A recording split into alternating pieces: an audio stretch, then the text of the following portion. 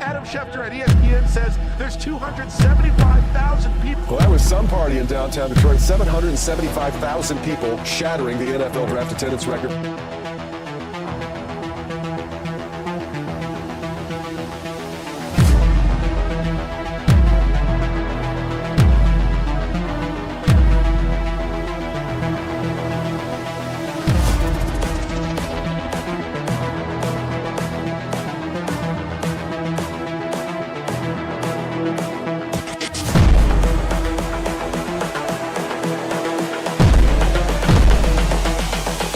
This is the future.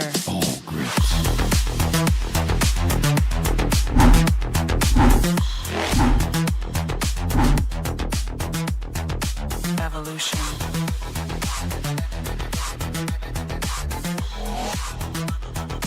This is the future.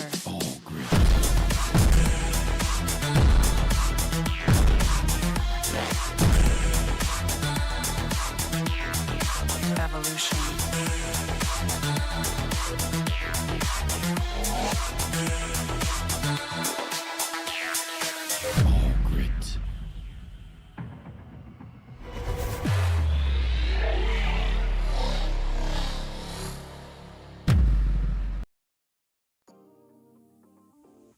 All right, man. It is final mock draft time, and I'm going to end up doing this one live.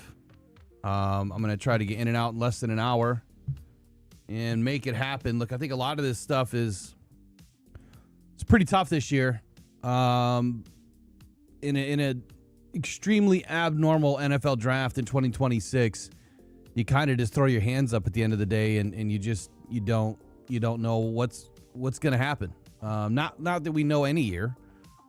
It's really no different than any year, but some years you feel a lot more confident.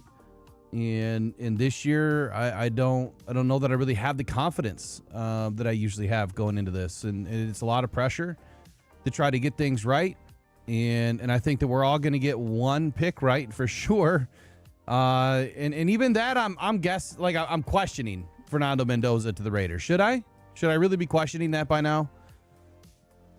I just don't see it how it makes any sense to me. And maybe that's just making me different. Like, if I was a GM and I'm looking at 2027's draft class for quarterbacks, and then I see Fernando Mendoza, and I'm thinking I could get so much better players right now in this draft with all these draft picks, get them growing and going. I have Kirk Cousins, and then I could just go get a badass quarterback next year potentially, and all the other guys are going to be growing around him an extra year. I mean, to me, that just makes so much more sense. It really does.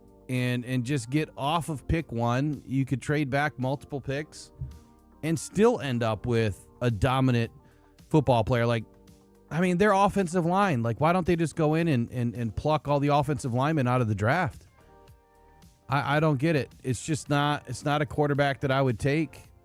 I don't have any confidence in Mendoza. I mean, I'm not saying he's going to be a bad quarterback. I just don't think he's it. I really don't. Like I said this morning, he would have been like my fifth quarterback in last year's or in the 2024 draft. He would have been my fifth quarterback, maybe my sixth. And that's not saying much. I think a lot of quarterbacks were taken in that first round that did not deserve to go there. And we're seeing that fall out now. But we're just going to go ahead and get this rolling, and we'll talk through it. Let me know if the background music is too much or distracting. I got to find some different music, but let's just get it rolling. All right, pick number 1, Fernando Mendoza. With the number 1 pick, Las Vegas Raiders select the quarterback from Indiana. Now, this second pick has been rattling around in my brain all day. You would think that I would have had all this stuff done before. I did multiple times, and you just kind of crumple it up and you throw it away. And you wonder, are they going to stay at 2? Potentially. Are they trying to move back? Absolutely. And even if they move back, I think that the pick could still be Bailey, depending on who moves up. So if the Jets are successful in moving back, I don't think that they want to get out of the top 10, but, there could be a team like the Giants that maybe wants to move up to number 2. And that there's likely, possibility that does happen. We'll see what happens. But we're going to go Bailey, even though, I just went through their depth chart. So let me just kind of walk you through what I do with the depth chart here. As soon as I get out of this screen. Hold on.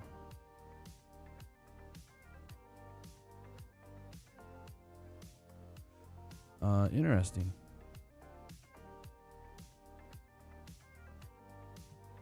I've never seen this screen before. All right. Okay.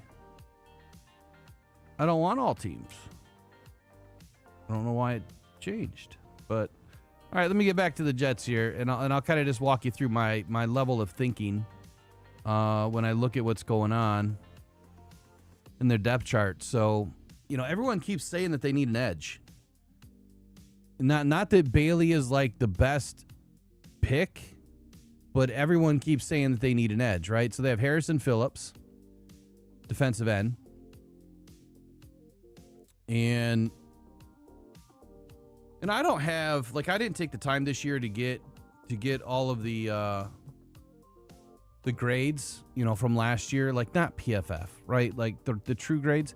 And when I look at Harrison Phillips, he didn't have a bad year. He just doesn't have a ton of production, right? He's been around going into his ninth season this year. So yeah, you could say age wise, the guy was, with the Jets last year for 1 year, and there just wasn't a ton of production out of the guy. So from a production standpoint, I guess it makes sense, right? It makes total sense. But do they really need a defensive end? Is Bailey really that answer? I'm sorry, hold on. There it is. Let me get out of this screen. Let me go back to this screen. Let's try that again. Why is it doing that? I think I made it smaller, so it's freaking out on me. All right. So anyway, do they really need defensive end? When you look on the other side, when you think of defensive end, it's on the line in a 3-4 scheme. So they need an outside linebacker, in my opinion. Is Harrison Phillips? He's 307 pounds. He's 6'3". Bailey is what? 240, 250. He would be an outside. You'd have to put him in as an outside linebacker, right? I mean, they're running a 3-4 in New York for the Jets. They brought in Ani Miata. They brought in Trevonde Sweat. They brought in the inside linebacker, Demario Davis. They brought in the outside linebacker, Joseph Ossai.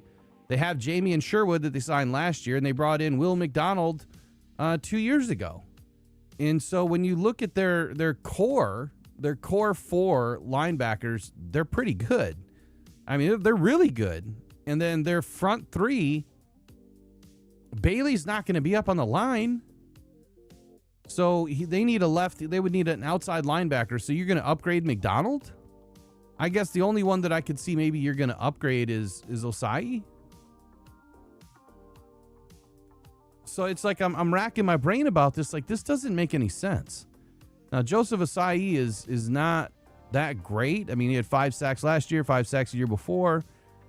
His production is up and down. His tackling is terrible. His coverage is average. So, okay.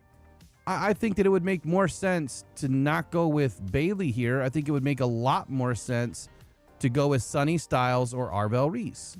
I think it would make a ton more sense. If you're trying to upgrade what they're doing in New York in this style of a defense, I don't think it's David Bailey. I don't. I really don't. And so for that, I'm taking Arvell Reese. I'm not going chalk. I'm not doing it. I'm going with what I see. That's what I see. And it's probably going to be wrong. But that's okay. I just don't see how David Bailey fits. I don't know why everyone says that David Bailey fits. McShay has Bailey. Who's this? Miller has Bailey. Everybody has Bailey. And maybe I'm just not seeing it for what it is. But I think it's Reese. Yeah, I really do. I think it's Reese. What am I missing?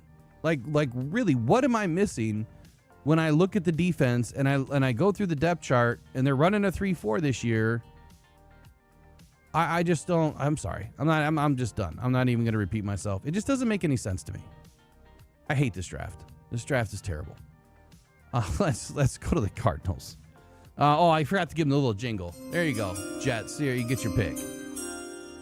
Up next, we're going to talk about the Arizona Cardinals. Now, again, I'm expecting that the Cardinals are going to move back off of this spot. If the Jets don't, I would expect that the Cardinals will, which means whoever's trying to trade up with the Jets is more than likely going to land with the Cardinals. At least that's the talk around the league, around the old water cooler. That's what everyone's saying.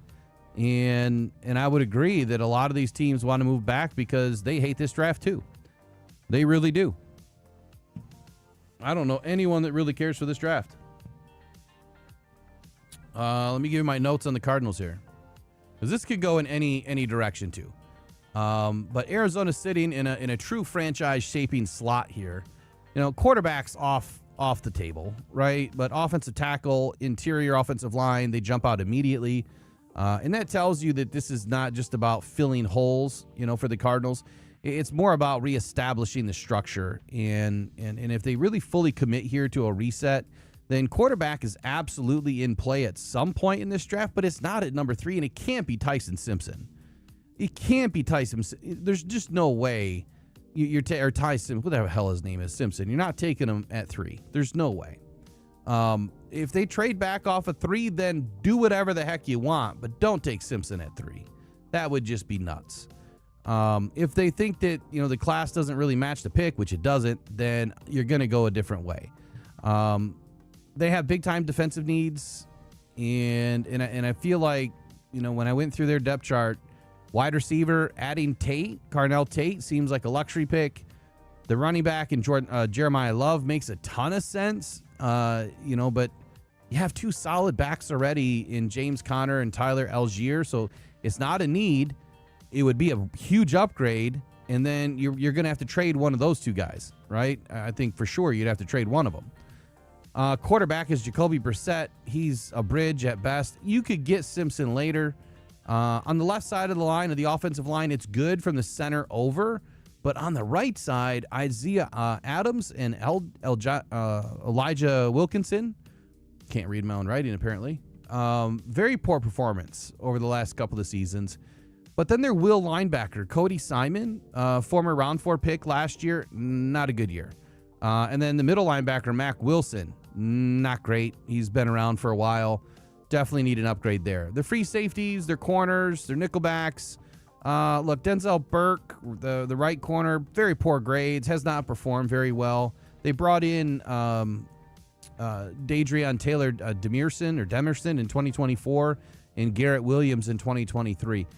Look, none of these guys have really played extremely well, but they don't have a roster either where these guys can play extremely well.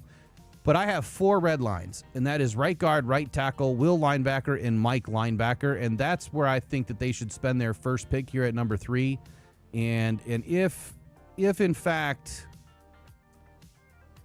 Arvell Reese goes number 2, this could blow up my whole board, then I think it's Sonny Styles potentially going at number 3. And that's because he's the better will linebacker. He's definitely not an edge, so I would say that would be the pick. And the other reason why I like Reese too, by the way, just because of the Jets, he's learning the edge, but they need a will linebacker over there. They absolutely do, and you can deploy him in both spots. He's a little bit more, has a little bit more freedom. Anyway. I think going Sonny Styles here at number 3 makes a lot of sense. Now, I do believe they could go offensive line. I think Caden Proctor could go off this early. I think Maui Noah could go off this early. I think Jeremiah Love could go to the Cardinals. That's why I hate this draft. because every single one of these players could go to every single one of these teams because these are not players you typically see this early in the draft. Tennessee Titans at number 4. Oh, forgot your jingle. Cardinals. There you go. All right. Next with the Titans.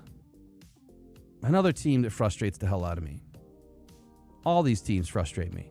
And it's not their fault. It's the draft. It's this draft class. Tennessee, they're one of the easier teams you think you would be able to talk through this because the needs line up with roster logic. You would think. But interior offensive line, linebacker, edge, receiver, it all kind of makes sense.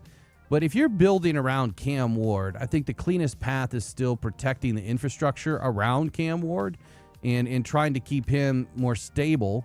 Add, whether you want to add offensive line or you want to go the other side on the defense, add some pass rush juice, which they could do here too.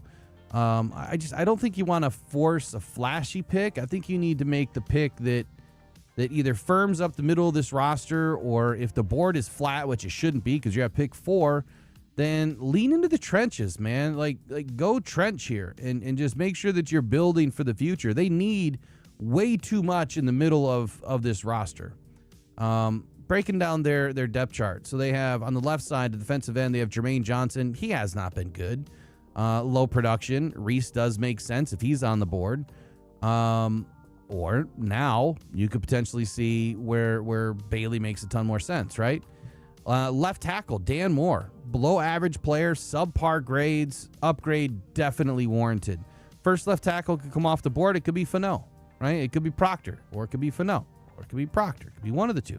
But it's likely not Maui Noah. Right guard, huge need. Cordell Volson, just not a good player. Tight end is screaming for help. Gunnar Helm is their number 1. And running back, they have an aging Tony Pollard and Tyjae Spears, just not an every down back. Wide receiver. Look, I feel the trio of Ridley, Iomanor, and Robinson are good enough to pass on Carnell Tate right here. I think Carnell Tate would be a big reach and definitely a luxury pick. And then you look at the will linebacker position again, because it's talked about so heavily here in the top 5. Cedric Gray, still a young player, but I could see a move to upgrade here. He hasn't been good the last, I think, 2 seasons. And then middle linebacker Cody Barton has been or not been any sort of a wow factor, and he's entering his 8th season. So upgrade makes a lot of sense there as well. Cam Ward support plan makes sense. Trench pick makes sense. Edge rusher still alive. So what's the pick? Notice I haven't said anything about Jeremiah Love. I don't think they go Jeremiah Love, even though running back is a need. Nah, they go Jeremiah Love. They have to go Jeremiah Love here. You have to. I couldn't imagine them not taking Jeremiah Love. Let me look at my other notes before I stick the pick here. Let's see. Tennessee feels like one of the more honest teams, like I said, but where does the board fall?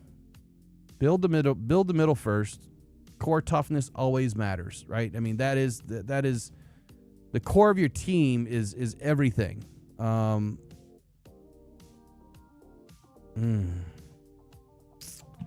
Let's see what everybody else has. I'm just curious. Probably all have Jeremiah Love. Jeremiah Love. Who's this? Schrager. Sonny Styles. See, Schrager gets it. Schrager gets it, man. He probably sees the same thing that I'm looking at, which is that will linebacker, Cedric Gray. But the unfortunate thing is I've already gotten rid of Reese and Styles. They're gone. Now, they do need edge. And looking at their defense here, actually, let me pull up their defense. Man, I got to hurry. I should have put my clock up. Oh, let's see. Looking at their defense, like I said, Cedric Gray, Cody Barton. Their right defensive end, Oluwafemi Oladejo, brought in last year, and Jermaine Johnson, the left defensive end. Jermaine Johnson is 254 pounds. And Oluwafemi, 259.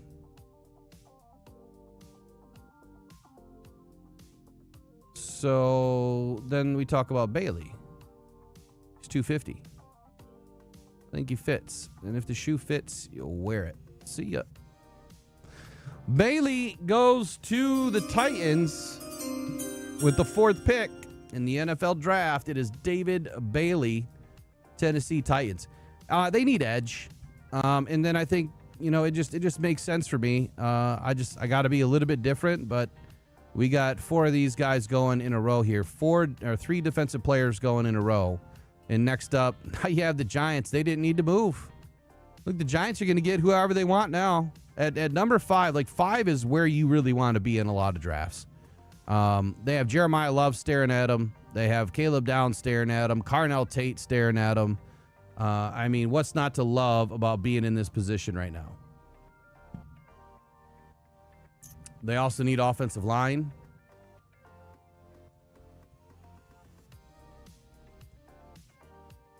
This is going to be my worst draft ever.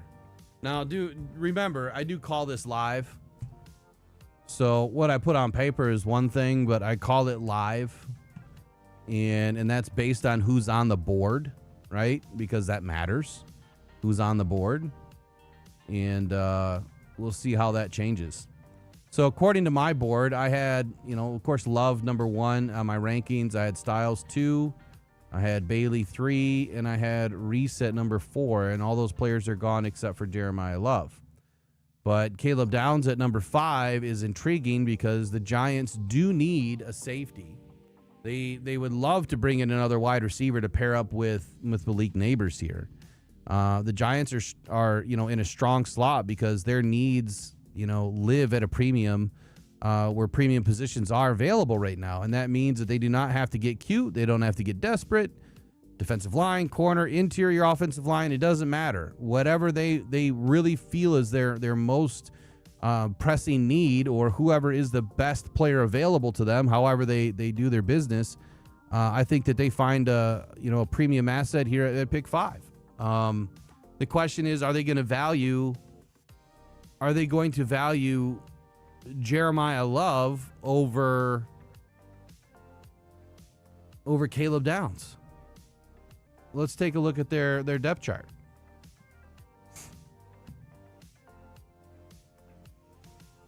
So when I broke down the depth chart, this is how it went for me. Wide receiver, Tate. He would be a great addition to Neighbors, Mooney, and Slayton. Left guard, John Runyon, is below average, entering his 7th season. It's time for an upgrade. Proctor, I put in question mark. Left tackle and right tackle, Illuminor and Thomas. I think they're set. And then I have Will linebacker circled. Micah McFadden, obvious upgrade here as Micah is below average, didn't play but 11 snaps in 2025. The problem is they're all gone. And then I have left cornerback Paulson Adebo, average at best. An upgrade at pick 10 would probably make more sense than at pick 5 or later in round 2. Same thing, Greg Newsome is god-awful, the right cornerback, and expecting an upgrade at 10 or again in the 2nd round. I think that they have a shot at Mansour Delane at 10. They also have a shot at Jermod McCoy if that's their cup of tea. They'll definitely have a shot at Colton Hood. And then the nickelback, the strong safety and the free safety. You got Javon Holland, Tyler Nubin, and Drew Phillips. They're set for now, right? For now. I think that you can work with some of that stuff in the back end. However, hold on. Big yawn. Damn it, I still got all night to go. I got all night to go.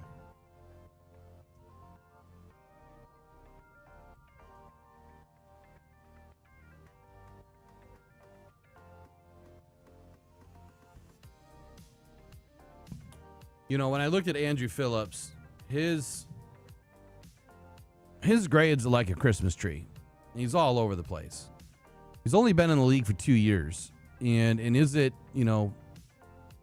warranted to walk away from a young player when you have a player like Caleb Downs is staring at you in the face? Probably.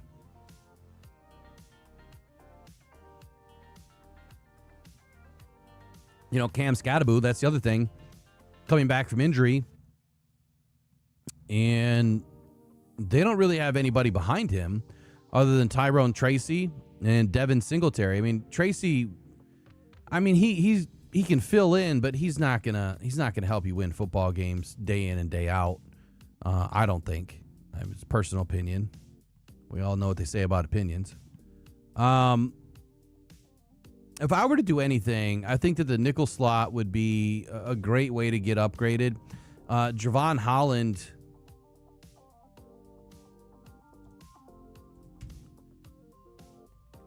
Javon Holland is, another player, like I said, that, they're good for now. He's pretty solid. I mean, he had a down year last year, but I would say that they're probably fine with Javon Holland right now. That doesn't mean they don't ever want to upgrade, but I think free safety is set, so I don't see Dylan Thieneman being, anywhere near this. And then Tyler Nubin, their strong safety.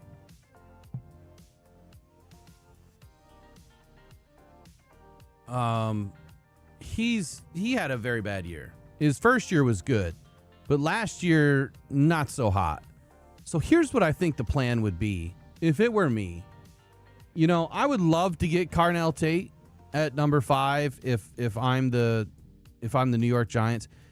They already have Neighbors, so maybe that's a little bit of a luxury pick, right? But if you grab Caleb Downs right here, not only do you have a guy that you can put into the slot, can play the nickel, he can be your strong safety. He has freedom to roam and play multiple positions. And so that's where I'm going. I'm going Caleb Downs here at number 5. Oh, I forget their jingle every time. With the 5th pick, the New York Giants take Caleb Downs. Ohio State, strong safety. How am I doing so far? Am I getting crushed? I'm probably getting crushed. Next up for the Browns. Man, the Browns, again, I'm not talking trades a whole lot, but I just got to be straight up. I could say every single team wants to trade back, and I'll just blanket covered it that way so you don't have to hear me say it another 25 times. Every team wants to trade back. Every team. Very few want to stick and pick. And that's because they can add a lot of value in this draft. Cleveland Browns. Still screams offense for mock draft purposes, but this is my final mock draft, and I think that when you look at tackle, receiver, dare I say quarterback, just kidding. Those are the headliners, right? Interior offensive line, not far behind any of the conversations. And I think it tells you that this team has some fundamental questions to answer. Quarterback has been the flashpoint for a couple years because of everything going on with Deshaun Watson and how much money they spent, bringing in multiple quarterbacks last year, and none of them really worked out because they didn't give Shedeur Sanders any time to get ready. But then I broke down their depth chart, and I said, okay, Jerry Jeudy, Cedric Tillman, Isaiah Bond. Not a great trio, right? Not a great trio. Less than 1,800 yards combined in 2025. Carnell Tate, to me, should be the lock heading to Cleveland, and he's probably pissed, right? Still stuck in Cleveland. Still stuck in Ohio. Then you look at the left tackle, DeJuan Jones. He's been horrific. Just horrific. The clear answer to me is Fano or Proctor here at pick 6. And then the left guard, Zion Johnson. He's been hovering around average. He's been allowing about 5 sacks, 35 pressures. Anytime you see a player that is allowing, 26, 27, 28 pressures a year or more, that is not a first round or, that's not a starter caliber offensive lineman. Like, that's second tier at best. Your starters should be allowing no more than 23 pressures a year. And then you get into the center, Eldon Jenkins, he's solid. Tevin Jenkins, he's solid. One of the best guards in the game. Right tackle, Titus Howard, he's serviceable for now. But depending on who they bring in, if it is offensive line, you might have the option of putting them in, at left tackle or right tackle or even at the guard position, depending on what happens, whoever it is. And then, of course, we look at the will linebacker position because they could still be in play at this point. Quincy Williams has not played well for a long time. If if Sonny Styles or Arvell Reese are still on the board, I would expect Cleveland to take a swing. And I've heard it, like, you know, why would anyone say Cleveland needs edge or Cleveland needs pass rush? They need a will linebacker is what they need. And that just so happens to come with a little bit of that. Denzel Ward and Carson Schwessinger, the other two linebackers, they're solid, even though Schwessinger is coming back from a pretty gruesome leg injury. So offensive tackle, wide receiver, I think it's safer than a reach here. Which one they go for, I think would be just fine. The offensive identity is still missing, and they need to keep their quarterback upright. You don't want Shedeur Sanders running for his life.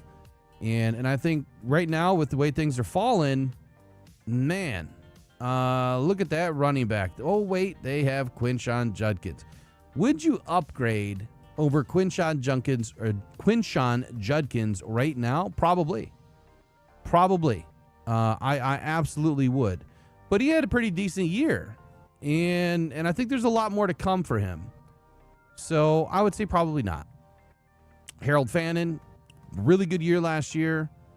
I would probably address that offensive line before I would do anything else. The only problem is they need a receiver.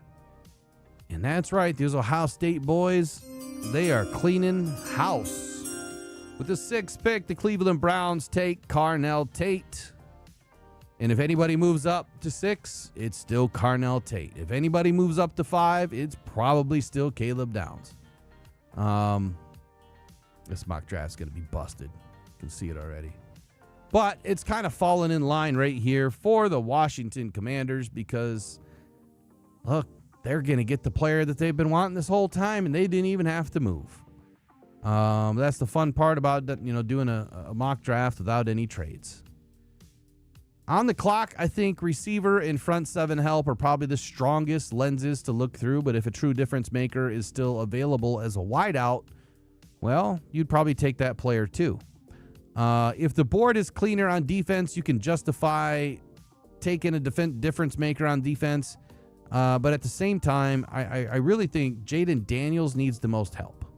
And whether that is, again, a wide receiver or it could be the running back in Jeremiah Love. Let's take a quick peek at Washington's depth chart and break this one down together. Terry McLaurin, Treylon Burks, Luke McCaffrey. That's a pretty solid trio of wide receivers. I would say taking a wide receiver here would be a hell of a reach. And then you look inside the offensive line, and you have Laramie Tunsil at the left tackle position. Now you can probably see it. Laramie Tunsil at the left tackle position. Chris Paul at left guard. Take a quick peek at Chris Paul.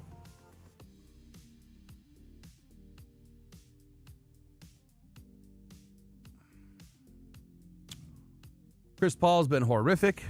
I mean, his pass blocking was decent last year. That's, I think, the only green thing on his entire grade profile for the last 4 seasons. And it happened one time.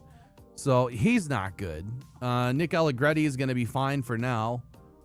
Sam Cosmi, I think, has been pretty solid.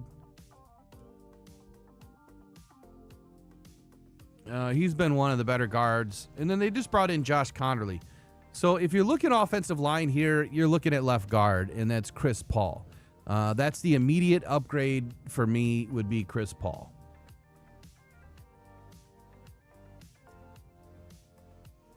And then working down the list here, tight end Chigakwankwo. I mean, hey, they're good this year with tight end. They don't need to go with Kenyon Sadiq, but I would say that Kenyon Sadiq is in fair play right now. For that simple reason. But then they have Rashad White, right? Ja'Cory Croskett-Merritt and Jerome Ford. And when you look at the 3 of these guys, I'm looking at that and I'm saying, man, maybe they don't take Jeremiah Love. Maybe they don't take Jeremiah Love because they have Rashad White. And Rashad White, I thought he got injured last year, if I'm not mistaken. But hold on. Spell his name.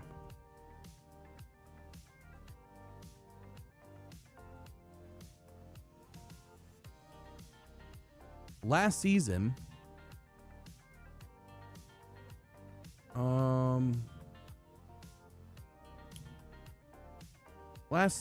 he put up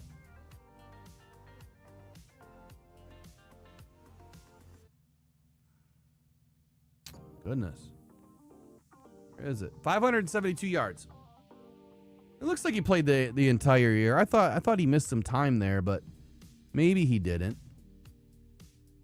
Maybe he didn't. And then his backup, Ja'Cory Krosky-Merritt, he put up 805. He had a better year than what Rachaad White. And I think between the two of them, they're pretty solid. But could you add in, an amazing piece right here that could help you with their offense and bring in Jeremiah Love? I think that the possibility is there. But then I look at the interior of the offensive line, and it gets me questioning on whether that move makes any sense. I mean, 4/5 of their offensive line, I think, are pretty good. Even if you wanted to upgrade your center, you're not doing that right now anyway.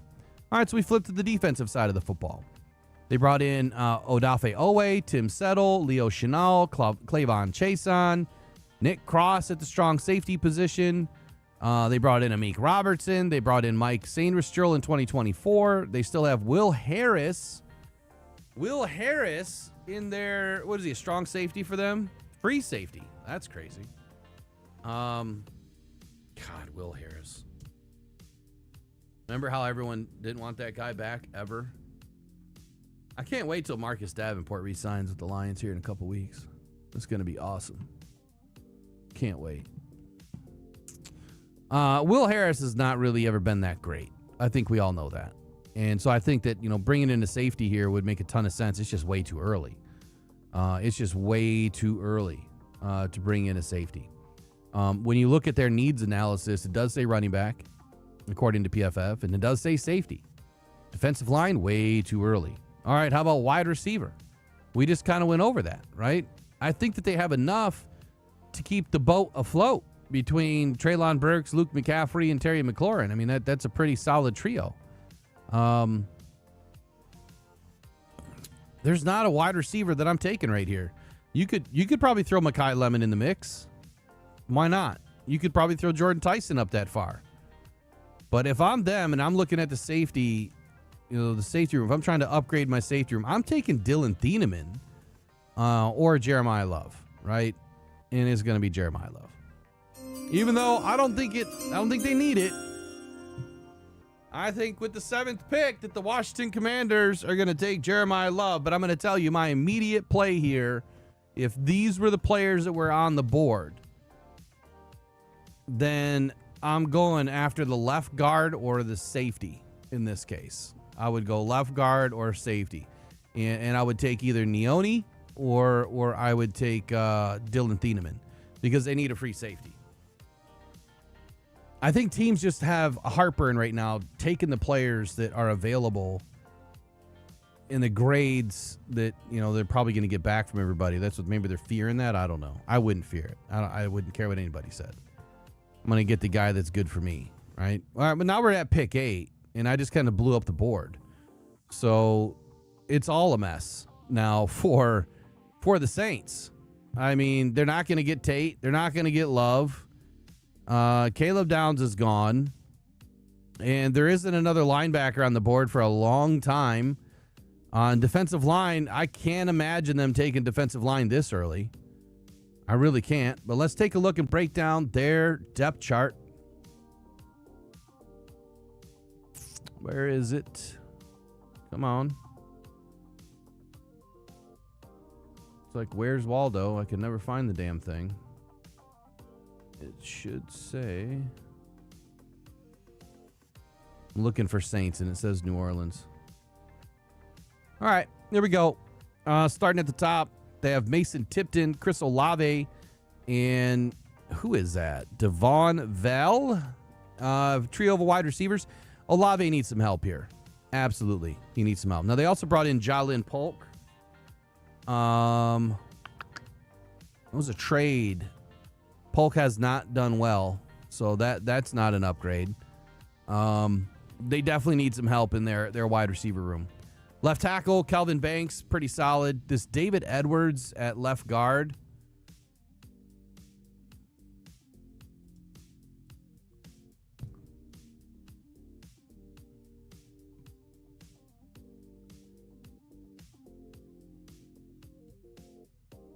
Anyway, David Edwards at left guard.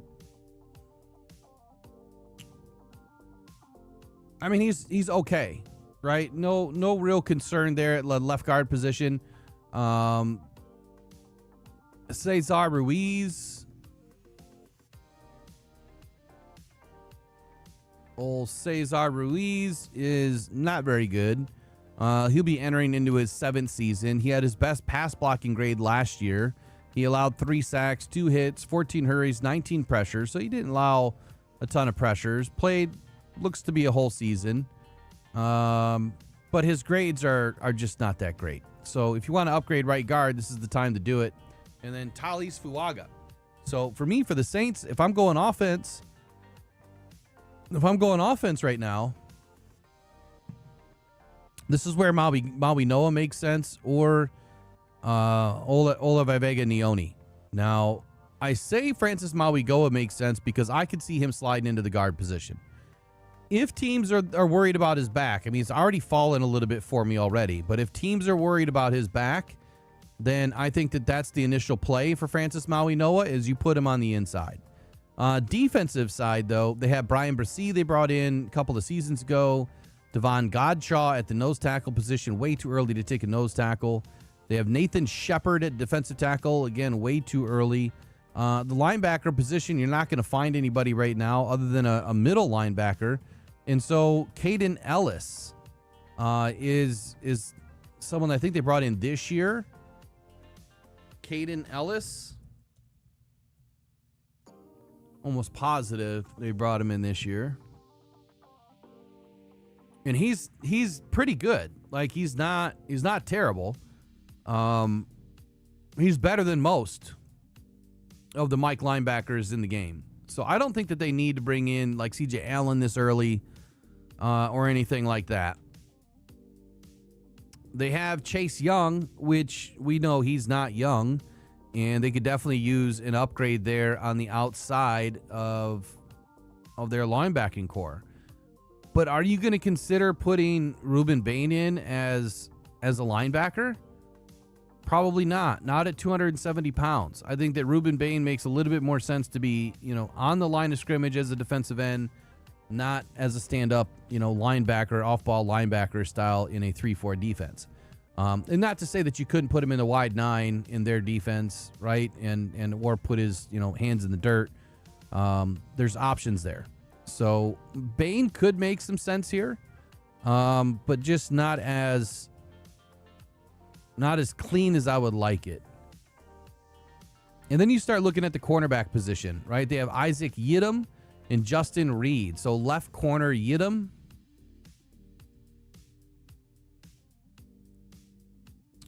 This is where I think that they could use an upgrade at the left corner position. Last year, he gave up a 75% reception rate, 101.3 passer rating when targeted, only 1 penalty. So not extremely terrible of a season, but he did allow 75% reception rate, 4 stops, 6.7 missed tackle rate. But he only played 200 snaps all year with New Orleans. 200 snaps all year. Week 1, 2, 3, and 4, and then 17 and 18. And he was not good in any of the weeks. Like none of the weeks. In any year that he's played in more of a full season, which he really has never played a full season, he just hasn't been good. So right here, I think that Mansour Delane makes a ton of sense. When you look at the rest of their defense, Justin Reed, strong safety. Jonas Sanker at the free safety. The Kool-Aid McKinstry they brought in 2 seasons ago. They're probably fine with him. And then their nickelback, Quincy Riley. I think Reed was the other one.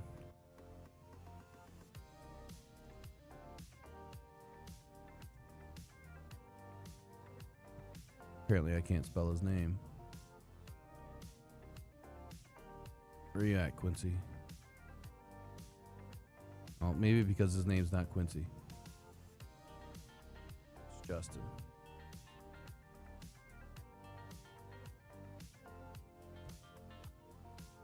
All right, Justin Reed. He's played fairly well. You know, last year he had almost a complete season, it looks like. Three pressures, 1 sack. Did fairly solid. 75% reception rate. Allowed 1 TD, had an interception, couple of pass breakups, but he actually plays pretty well. And I don't know that you would want to take the free safety versus a corner at this point. And then Jonas Sanker.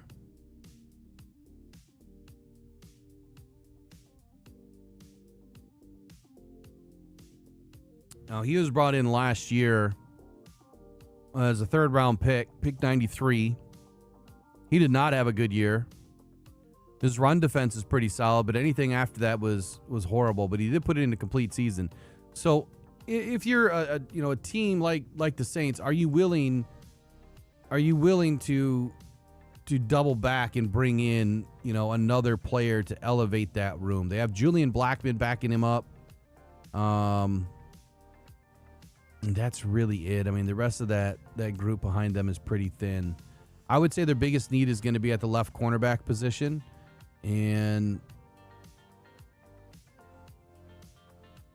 there's not a strong safety on the board. Let me go back to wide receiver. Wide receiver is the biggest need. It absolutely is. Could we finally see another 2 receivers in the top 10? Makai Lemon? Could he go this early? I don't think so. I don't think so. You know what? I'm gonna stick with. I don't know what the hell they're gonna do.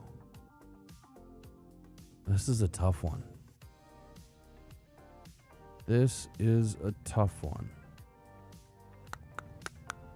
All right, Jordan Tyson it is. Jordan Tyson beats Makai Lemon. Kind of what I explained this morning. I do see Makai Lemon slipping a little bit. Could be totally misreading the room there, but that's okay. Next up, Kansas City Chiefs. Kansas City, their wide receiver room. They have Xavier Worthy, Rashee Rice, Tyquan Thornton. Backing them up, Jalen Royals, Jason Brownlee, Nico Remigio. It's not the best group, but it's a pretty solid group if they're actually playing and they're not in jail or doing something else stupid. Their left tackle, Josh Simmons, I don't think that they trust. And Kingsley Sumatia, their left guard, I think they trust him. Creed Humphrey, I think they trust him. Trey Smith at the right guard position.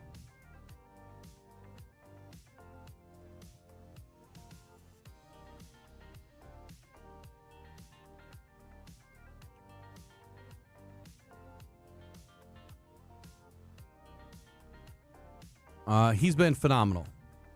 So right guard is good. Center's good. Left guard is good. Left tackle is questionable. And then you have Jaylon Moore.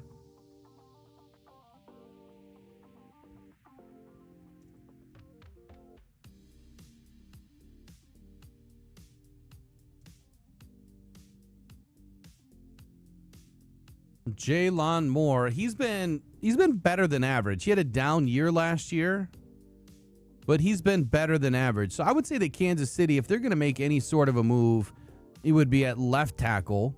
But when you look at what they have going on here, I don't think that they're going to reach here at left tackle, because it's not a huge need for them. Even though I don't even know if the board would make a lot of sense for them right there.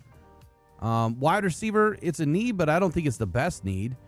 DB and edge make a lot of sense. You know, when you look at their DB room right now, they have Noel Williams, who was a 3rd round pick in 2025. I don't even know who this guy is. And that's not saying much because there's a lot of players that you just don't hear about but I don't know who he is, honestly. Round 3 pick. Damn. He had a phenomenal year for a rookie. I mean, he's way better than average. He played probably 65% of the snaps, so probably a lot of sub-package stuff.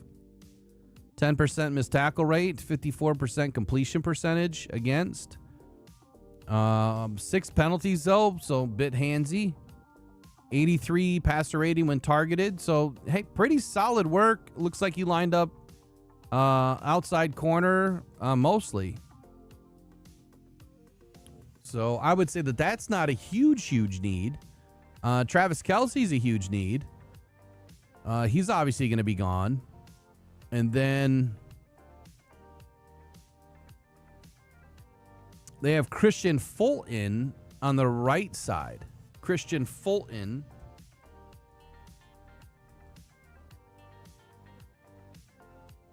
Now, he's not very good. Not very good. He played last year with KC, about 300 snaps. Did not have a great year. His coverage is pretty decent, but 26% missed tackle rate. Like, that's a problem. So I got heartburn over this because I honestly could see them taking Kenyon Sadiq right here at number 9, and I could also see him taking Mansour Delane. Beyond that, if they're going to take a wide receiver right here, I think that this is where you're going to see Mekhi Lemon go off the board. I can't imagine them passing on Kenyon Sadiq. Given the fact that Travis Kelce has been trying to retire for a couple of years, he solves the problem with an explosive wide receiver. And I know that they got to clean up some stuff with his drops, but I think some of that stuff could get cleaned up. Patrick Mahomes, doubtful that he's going to start the season, right? So Justin Fields is going to be the guy that's in the game to start the year.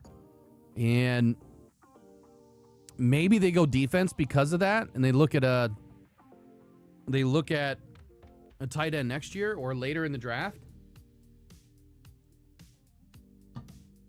And then there's edge.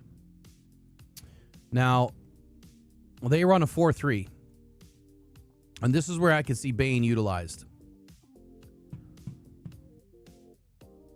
Even though I think Bain's going to slip a lot further. And like I said earlier, I think that there could be a lot of trades here. I think that a lot of these teams are going to be trading.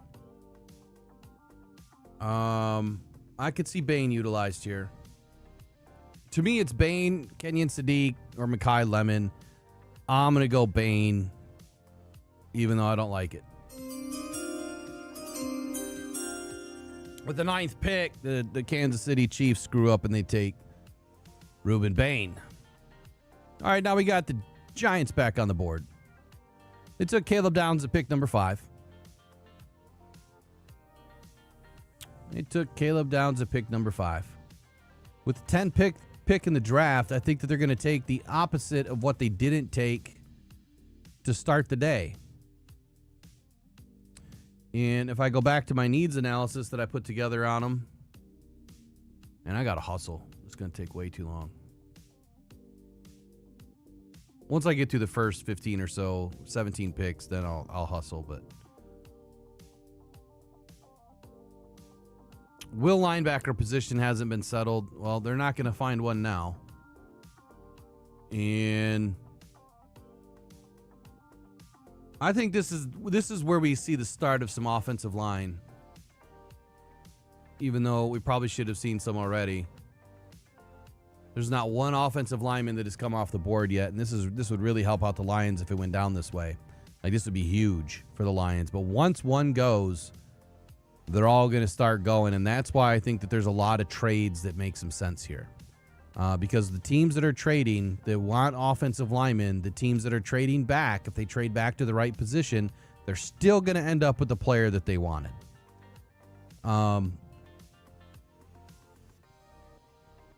Left tackle, right tackle are set. Left guard and right guard are where they need the most help.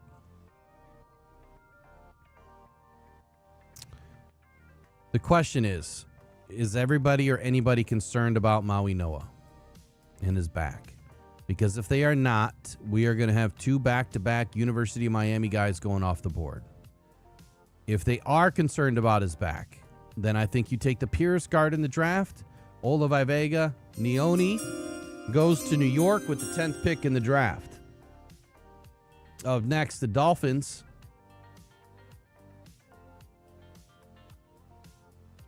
Miami is one of the more obvious offense, skill, and secondary teams in the first half of the round. I think the wide receiver, corner, safety, all right there for them, right for the taking. Tight end, interior offensive line, I think are also on the board. The big picture question is what version of Miami they want to become after the Mike McDaniel era. If they want to reclaim explosive identity, wide receivers, easy to sell.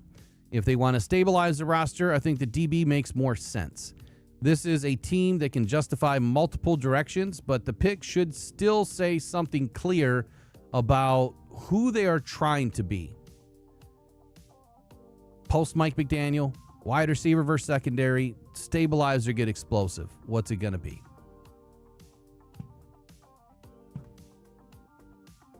What's it going to be? I kind of like to think that teams are smart and these guys, don't get hopped up on testosterone, before making the pick, and they get all juiced up and think that that they need to do too much. You know what I mean? When I look at Miami's roster, where is it? There it is. When I look at Miami's roster, let me save that real quick. I don't know why I just started doing this, but I started using bookmarks, and I've got every roster saved. I can just go click, click, click, click, and it's right there. Tutu Atwell, receiver. Jalen Tolbert, Malik Washington. Like, they need receivers bad. So that makes a ton of sense if they went that way. Patrick Paul at the left tackle position.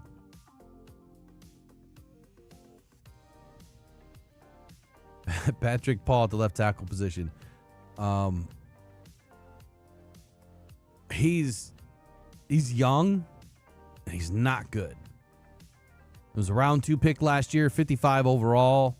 His pass block, he had his best year last year, the 74.4, played a full season, but he's just not that good yet. But where will he be in his 3rd season? And I bet you Miami's probably betting on the 3rd season. I think a lot of teams bet on the 3rd season. Left guard, Jonah, I think he's fine. They're Aaron Brewer, their center. You're not going to get a center right now anyway. Austin Jackson out on the right side.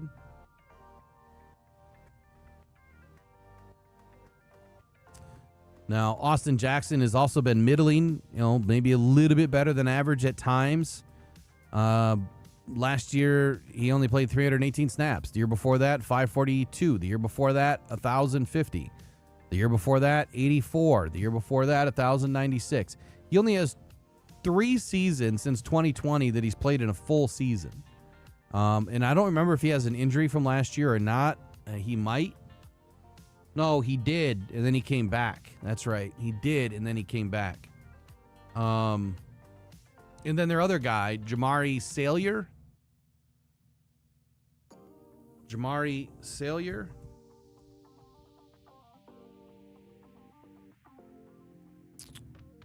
This guy is not good either. So I think that if you're looking for an option here, you're going to go Francis Maui Noah. Maybe, you keep the University of Miami guy at home here, and you've got that inside-outside versatility here with Francis Maui Noah. Pick number 11, the Miami Dolphins select Francis Maui Noah.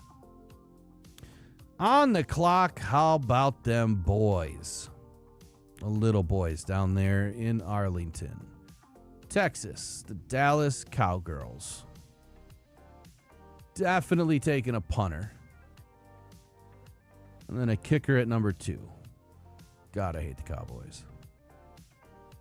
Right next to the Packers. Probably hate the Cowboys more, honestly. Taking a look at their roster, George Pickens, CeeDee Lamb, Ryan Flournoy, they could definitely upgrade their slot wide receiver, but Flournoy actually had some pretty good games last year. And matter of fact, I think he had a pretty good game against the Lions the last time we played him. He came out of nowhere, and I was surprised. Left tackle, Tyler Guyton, you're not doing anything there. Cooper Beebe at center. Tyler Booker at right guard. Terrence Steele at the right tackle position.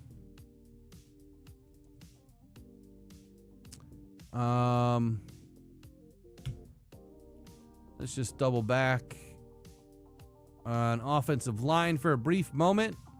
Terrence Steele, he's better than average. His pass blocking is not great, but he's an Iron Man. Like, this dude is about as consistent as they get. Probably not looking to make a huge upgrade right here.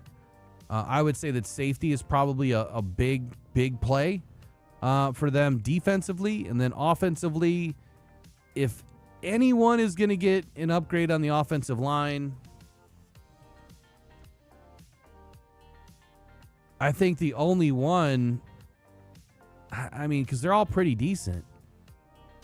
The only one would be Terrence Steele, the right tackle, and I just don't see that. I think it's a giant reach.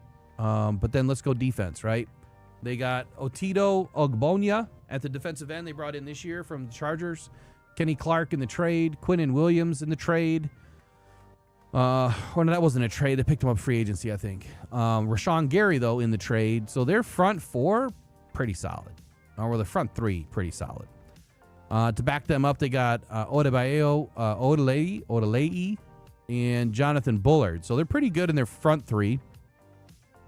The middle four, they have Donovan Ezraku, amazing. Shamar James, not sold on him, but he's young. Demarion Overshone, he's only been in the league a couple years. And I'd say all 3-4 of those guys there, including Rashawn Gary, are pretty good. They have James Houston back there.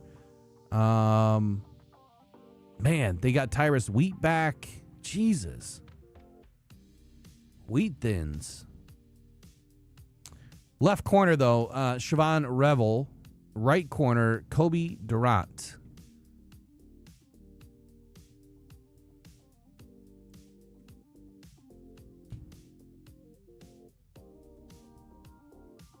Can you guys hear me good enough when I sit back like this? Because I would much rather sit back than sit up. Much rather sit back. I'll just keep moving my mic. Got Brad Holmes hanging out, rubbing the old crystal ball for some luck here for the Lions.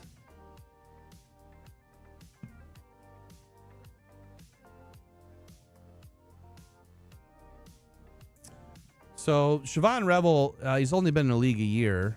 A third-round pick last year by the Cowboys, had a terrible year. Only played in about a quarter of it.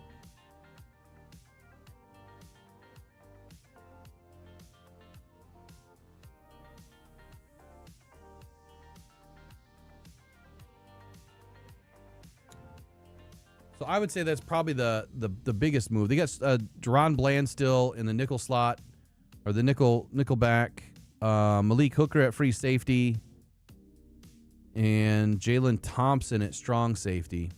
So I think Caleb Downs would have been a perfect pick for them, and that's why I think that, you know, they're going to be looking for a move. They're going to be looking for a move.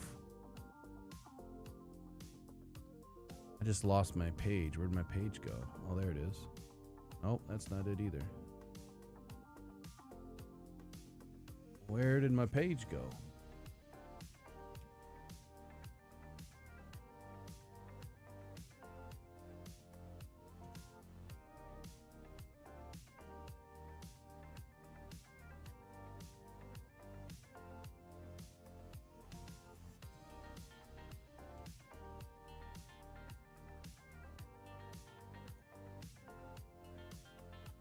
All right.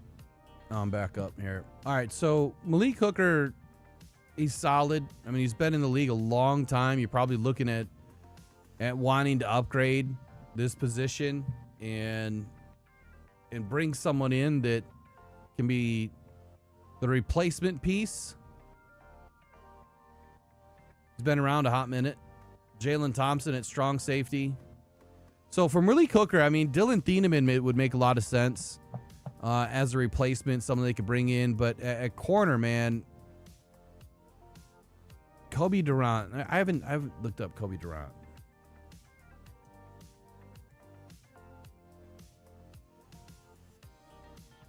Yeah, he's not the greatest. All right, we'll stick with what I thought.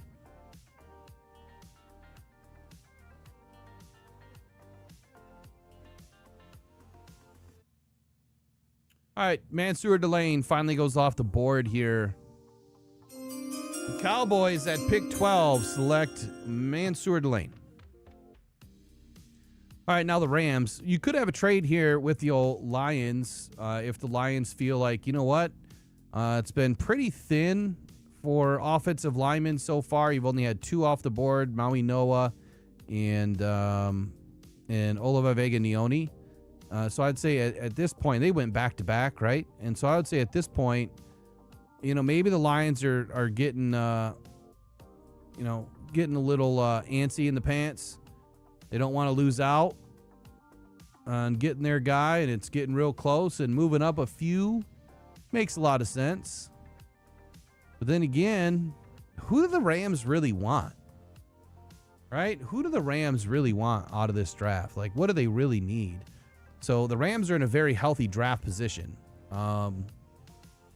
They think like a contender and a planner at the same time. I think offensive tackle is probably a long view answer if they want to keep protecting the future of the offense. Wide receiver keeps the offense dangerous, and defensive line keeps their front disruptive. And linebacker, corner, safety all being on the board.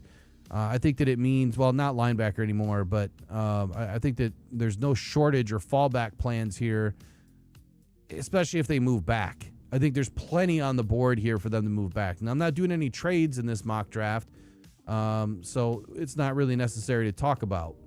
I would say with the age of Devontae Adams, the issues with Puka Nacua, that receiver makes a lot of sense here. And if I go to my draft rankings and I go to 13, man, I got Spencer Fano there as the 13th best overall. And he is. Like, he is definitely one of the better tackles in this class. Alaric Jackson is good. He's solid. Kevin Dotson is solid. I think Warren McClendon, I think he's pretty solid too, but let me just make sure. I can't remember. All these players' names are starting to blend together.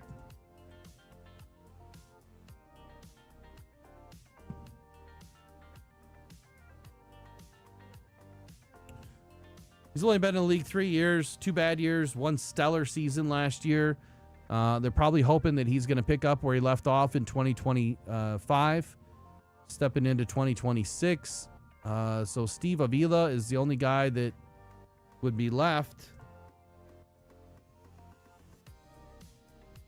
for the offensive line for the Rams. So if they decided to look at, he's been in the league 3 years. So, and he's been pretty good. So I don't think offensive line is a huge need for them. I'd say that wide receiver is probably the bigger need. And they have always would love to have the best tight end, of course. Defensively, I think that they're so damn good, it's scary. I mean, listen to these names: Brandon Fisk, Puna Ford, Kobe Turner, Byron Young, Nate Landman, Omar Spates, Jared Verse, Jalen Watson, Cameron Curl, Cameron Kinchins, Trent McDuffie, and Quentin Lake. My God. My God. Unbelievable. I think I'm going to have to go receiver here. I think that they need some security, and Omar Cooper Jr. makes a lot of sense to me. Rams select Omar Cooper Jr. with the 13th overall pick in the 2026 NFL Draft.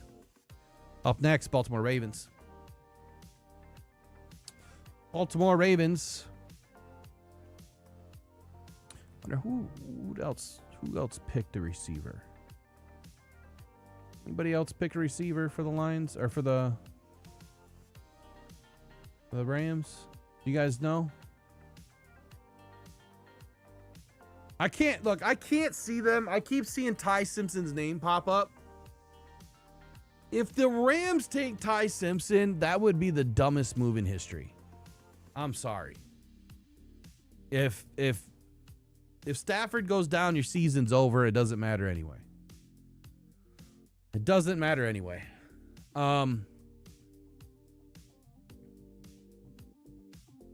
I really like the Ravens. I really like the Ravens to go after offensive line here. I mean, it's been kind of the chalk talk here that Oliver Vega-Nioni made a lot of sense, but he's gone. He's gone. I sent him up to New York. And I think that there's a great opportunity that does happen. So who's left on the board and what do they need? Well, I would really need Mr. All-22's thoughts on that and what he's thinking they need. But if I look at their offensive line,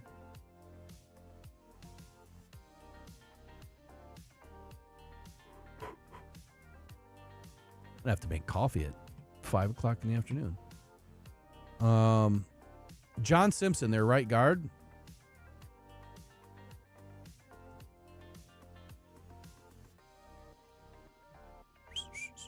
Damn, hour and a half in. He's okay. He's not great. So definitely could use a right guard. There's really no right guards on the board right now. You have Spencer Fano, you have Monroe Freeling, and then you have Caden Proctor. And I still think that Caden Proctor could have gone already. And then you have Blake Miller. There's no guards left on the board. So they're all out of guards. So there's no linebackers. Wide receiver, okay, could make some sense. They have Rashad Bateman, Devontae Walker, and Zay Flowers. Devontae Walker and Zay Flowers. They could probably use an upgrade here. I don't know that Bateman has really been that great.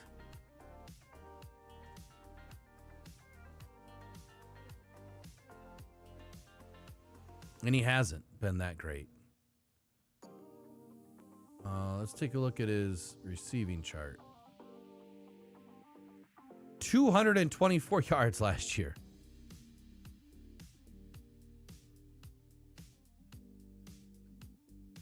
His best season was in 2024 with 846. And we just saw Omar Cooper Jr. go off the board, and I think the Ravens are probably going to get that itch that they're going to need to scratch it with a wide receiver just to make sure that they do something to help out this offense. And when you look at some of their bigger needs, this one makes a lot of sense. Kenyon Sadiq is now a Baltimore Raven because they have Mark Andrews and Durham Smithy. And they need another receiver. And it doesn't matter where you catch the ball or who's catching the ball as long as you catch the ball, right? I would hate to see them with Kenyon Sadiq. But it makes sense to me. It just makes sense to me. Maybe it doesn't to other people, but it makes sense to me. Next up, we have Tampa Bay Buccaneers. On my board for Tampa, I think their needs point straight to the heart of the roster. Interior offensive line, edge, linebacker, defensive line. They all show up before the more glamorous conversations, and I think that tells you that this team still needs more core toughness than perimeter sparkle. Tight end and receiver are there, which makes sense in most mock drafts, but I think it's core toughness. Front seven still matters, or snap value versus flash. Tight end's gone right now. You're not taking one. Guard's gone. There's none available. Edge and linebacker. You could take edge here. And this is where you're going to keep the Florida boy in Florida. Man, they could go CJ Allen too. I just second guess myself, and that's not good.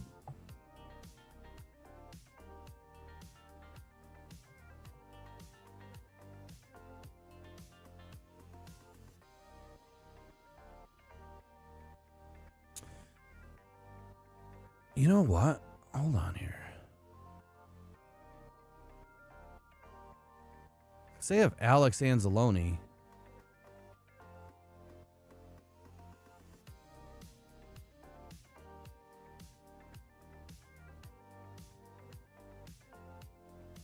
But they got this guy in last year in the 5th round who's probably not any good. Cervache something. And it was like 3 years ago. I'm sorry that they brought him in. And he's not that good. You could see, you definitely could see CJ Allen make some sense here. But CJ Allen versus Akeem Messidor, it's Akeem Messidor all day for me. See that was that simple. I'm not going to second guess myself. Tampa Bay Buccaneers select Akeem Messidor at pick 15 in the NFL draft. And up next is the Jets. The Jets. At the first pick, they took Arvell Reese. And in the second pick, I think that they would love to bring in a receiver or even a corner. I think that they're all about defense, though. I really do. I think that, the defense last year didn't get any takeaways. And I would say that has Aaron Glenn peeved at night. He's not happy about it. But do they need a safety? Do they need a safety?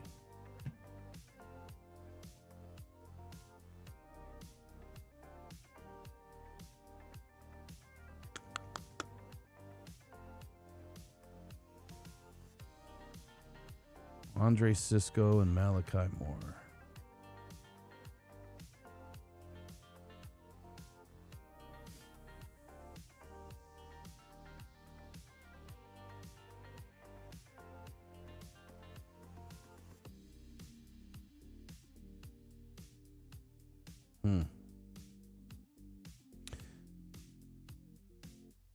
Okay. I think they need another receiver, quite honestly. In the receiver room, they have Mitchell or Adonai Mitchell, Garrett Wilson, Isaiah Williams. And I think that it would make a lot of sense for Mekhi Lemon to go here. Omar Cooper's already off the board. And quite honestly, I think that they missed out on Carnell Tate. They brought in Arvell Reese, which was the right move, in my opinion. But I think Mekhi Lemon's slide could be over, if you want to call it a slide. We're going to go Mekhi Lemon here at pick 16 to the Jets. Jets select Mekhi Lemon, pick 16. And now, it's your Detroit Lions. That is a big-time stop by that defense. Cut the music for the Lions, man. Cutting the music for the Lions. This one is shaped up to be a very interesting mock draft so far. Who's frozen? Who's frozen? I'm not frozen. You're frozen.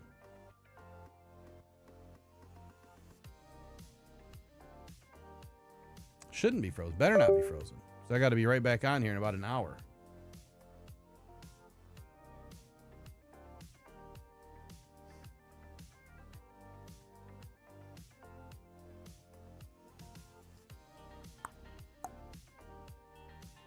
All right, so Lions. Look, this draft has been a mess. It's been hard. I committed to Proctor back in December.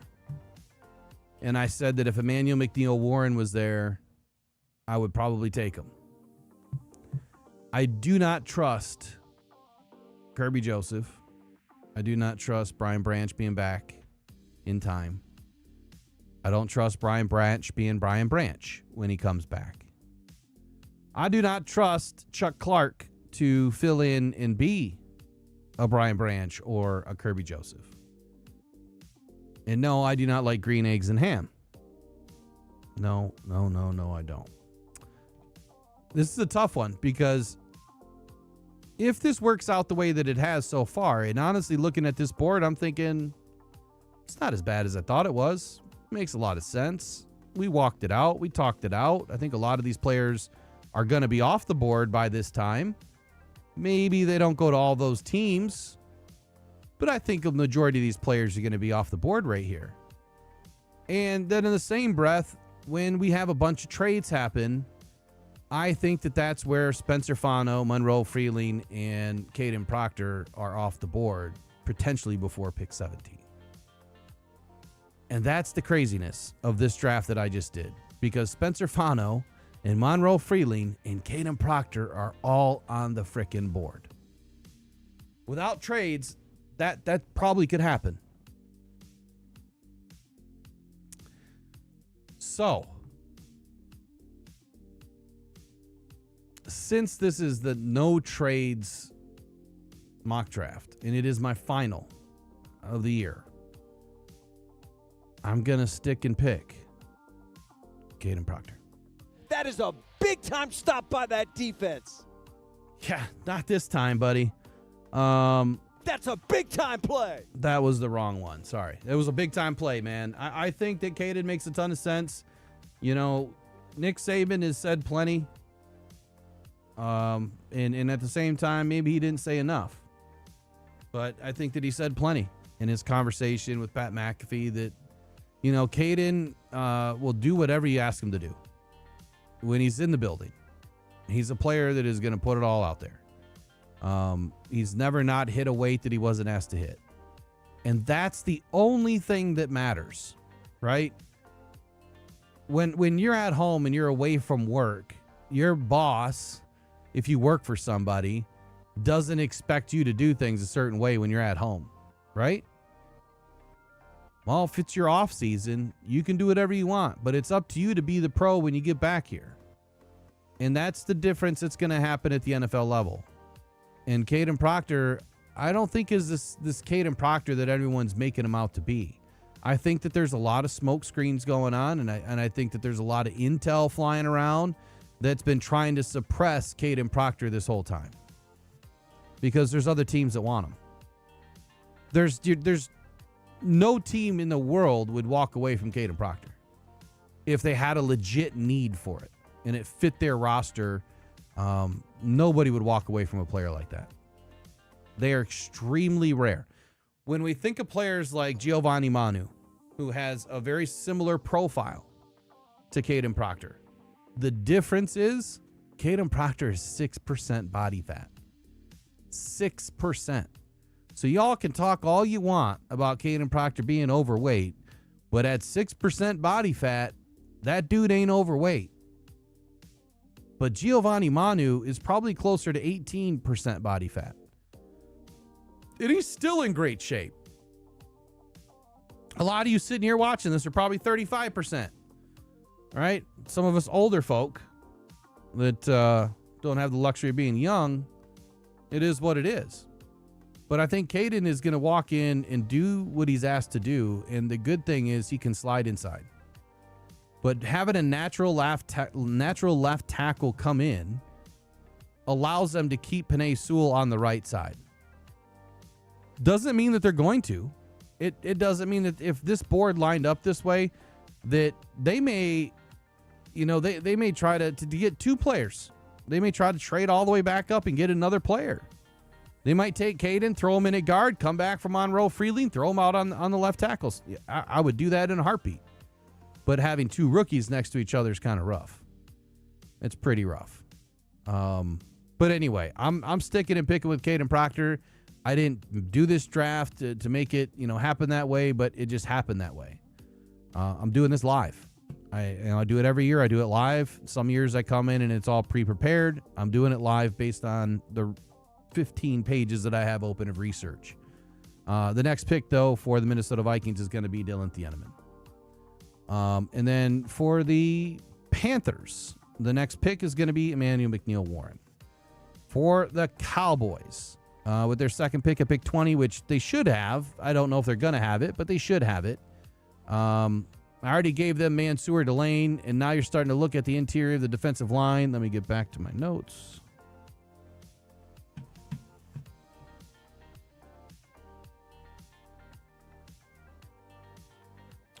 If there's an edge on the board, that could make some sense for them. Where are they?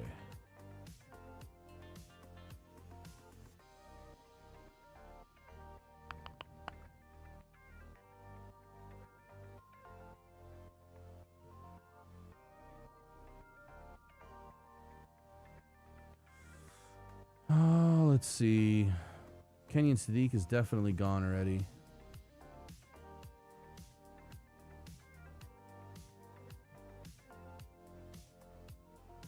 Panthers. Cowboys. Edge. Okay. You know, I don't think that the Cowboys necessarily needed interior offensive line, right? So at linebacker, let me go back to their depth chart for a second.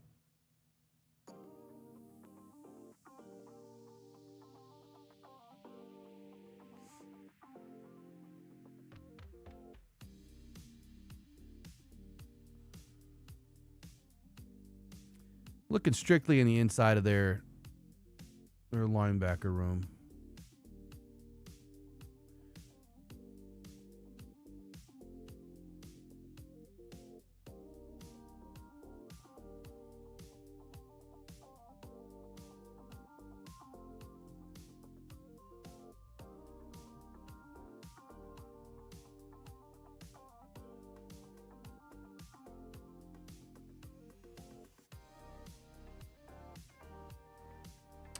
Shamar James. So Shamar James was brought in last year, round 5, and he's 6'1", 229, and he plays, or at least he's the right inside linebacker.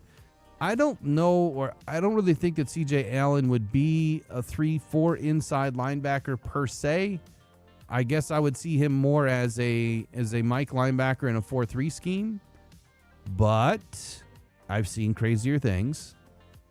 And I kind of like the play. But I've also been saying a name for a long time now that I think makes some sense here. But he's not a linebacker, and that's the problem. And then you have Demarion Overshown,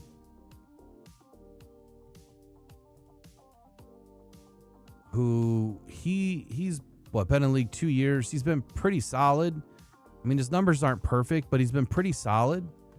He just needs to stay on the damn field. He didn't stay on the field last year. So is there an upgrade available here? There is. But you would need more of that linebacker, right? Not a true defensive end. If you're going to go true defensive end, you need a much bigger player.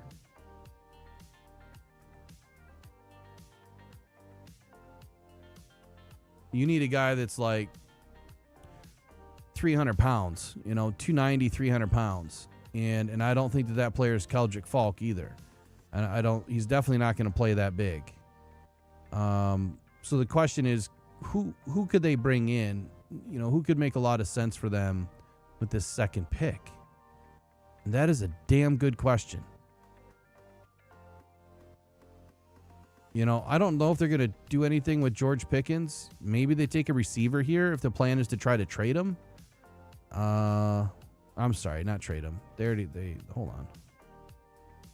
What did they do with Pickens?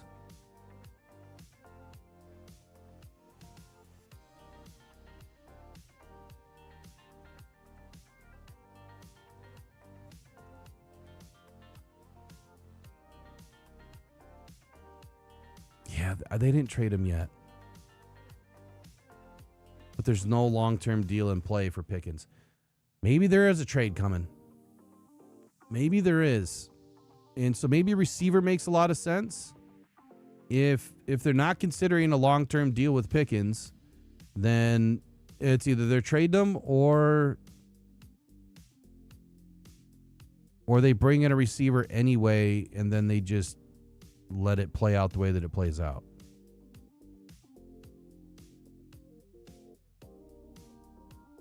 And see right here, they didn't get the safety. There's not another safety available that I see going this early. But I've been saying Cassius Howell for a long time. The only problem is Cassius Howell, he's just not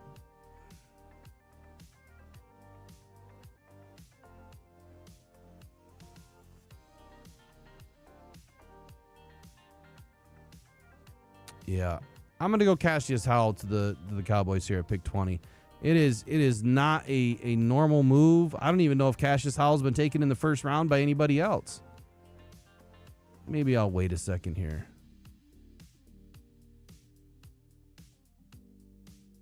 I've been thinking that this would be the move for them for a long, long time because he reminds me a lot of Micah Parsons, but the difference with Micah Parsons is he can actually drop in coverage and he's got longer arms. But that speed is a killer, and if he can negotiate the edge, yeah, maybe I'll pause on that. All right, Caleb Banks. Is this where Caleb Banks goes? He fits that profile. He can play that bigger end side. He's got a nasty mean streak to him. You got Peter Woods that could go here.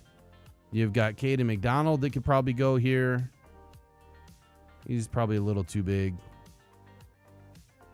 It's not Keldrick Falk. Where's Lee Hunter? He's probably a little too big too.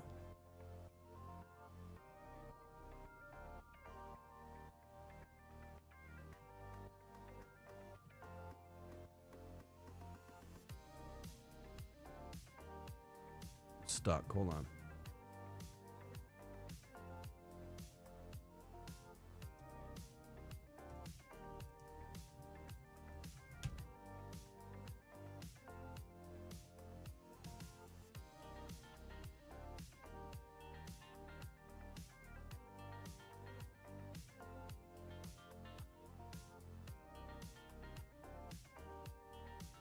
Okay. I'm going to go against my better judgment. I'm going to go CJ Allen here, and we're going to do the linebacker spot for the Cowboys. All right, pick 21. Pittsburgh Steelers are now on the clock, and one of the true fork-in-the-road teams, I think, in this whole process is, do they go after the quarterback with Ty Simpson? Is this where he goes? I think that if they don't have a true answer, which maybe they already have an answer from Aaron Rodgers, and they just haven't released it. And that's quite possible. There's no running back they're going to take here. There's definitely some tackles that they could take here. I just don't think it's Ty Simpson, even though it probably could be, because they need a quarterback. And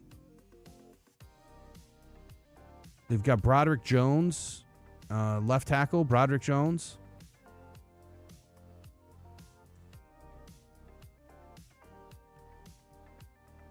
Who, hold on, get him open here. He's not been good, so I could see a possible upgrade there. Left tackle Broderick Jones, and then on the right side you've got Troy Fontenot. We know he's good. Mason McCormick, I think he's doing okay. Zach Frazier's good, and then you've got Spencer Anderson, the left guard.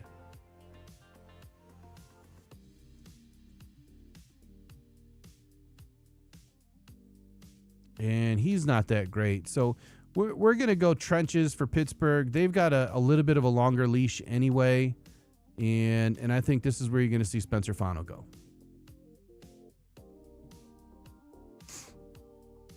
I wonder where anybody else has been putting these players, because I've seen Caden Proctor go as high in some mocks as 6, and I've said it as well, that I could see Caden Proctor go that early.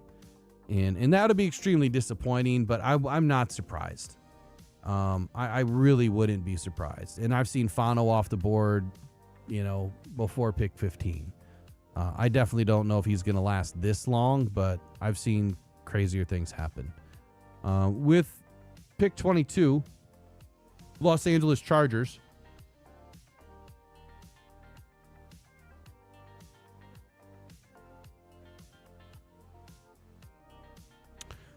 Los Angeles Chargers. When my notes tell me that trenches are probably the most important to Harbaugh.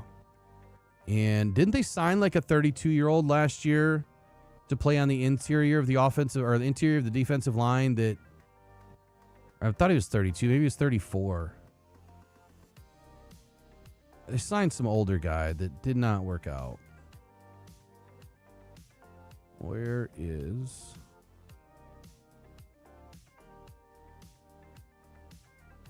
Chargers at? There they are.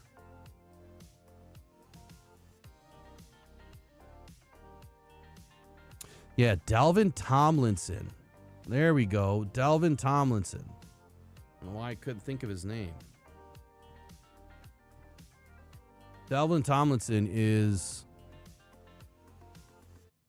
32 years old. And that is the interior of their defense right now. A 32-year-old that has got horrible grades. And you could see it all slipping. I mean, he was good up until his third year.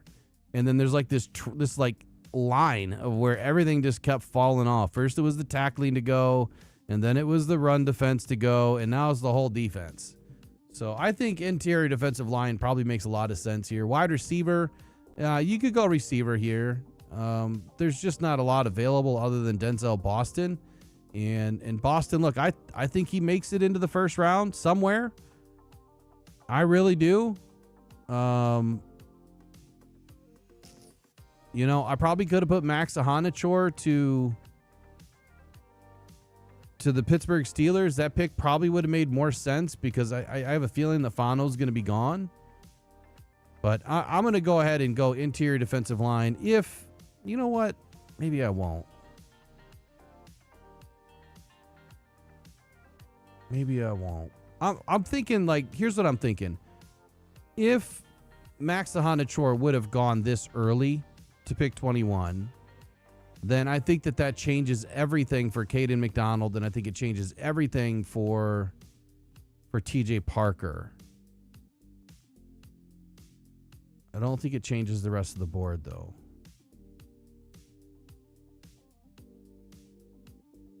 Okay. We'll go Cade McDonald here. I think it makes sense. All right, Eagles on the clock.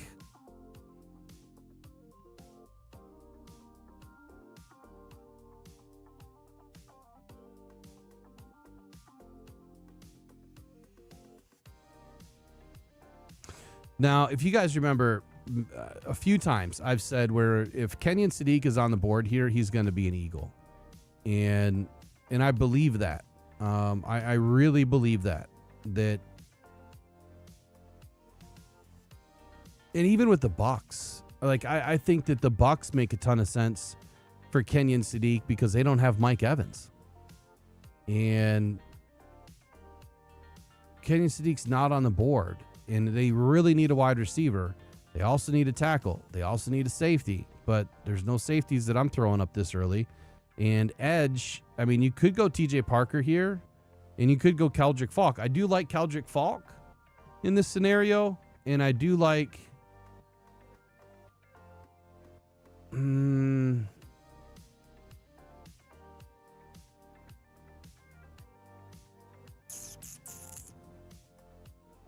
It's a tough one. You go Denzel Boston here and give them the receiver that they need. Especially if they're going to be moving off of A.J. Brown. And then edge or tackle. And honestly, they're the type of team that would take the flyer on Max Ahanichor too. I think they absolutely would. And maybe not at tackle, though. Maybe not at tackle.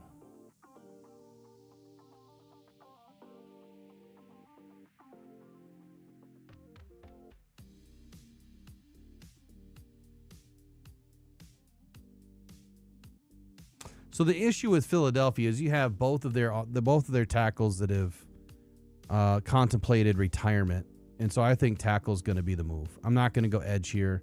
I'm going to go tackle, and I think, my goodness, if Monroe Freeling was still available, he's not available anymore. So if I get the name wrong, I think we got the position right here. Browns up next at pick 24. Carnell Tate winning the early pick at pick 6. I think that they go the other direction now, and they go to offensive line here at pick 24. Or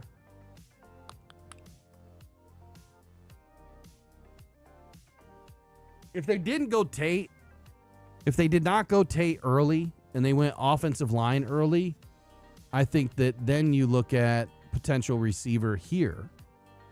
But I already gave him the receiver. I gave him the receiver super early. So I think that they go down and they take care of the offensive line. They need a guard and they need a tackle, and that's Max Ahanachor. Because he's both. You don't know what he is yet. Chicago.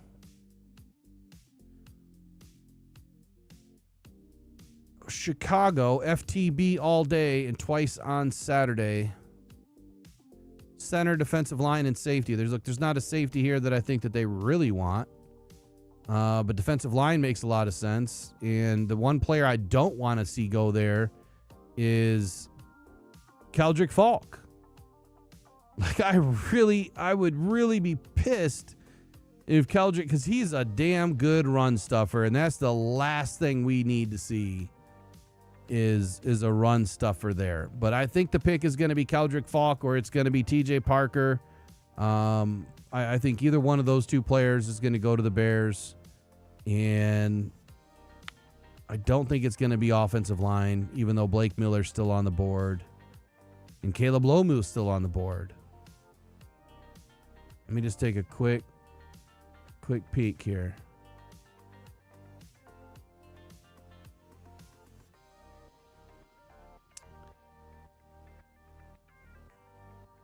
What's up with Ozzie Trapillo?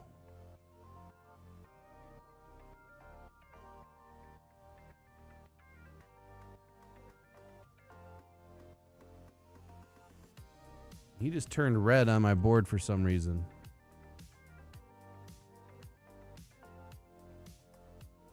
He's young. Good year, but he's young. Okay. I'm not even screw with it. We're gonna go Keldrick Falk. They're gonna take the run stuffer. Buffalo. I could see receiver. I could see interior defensive line.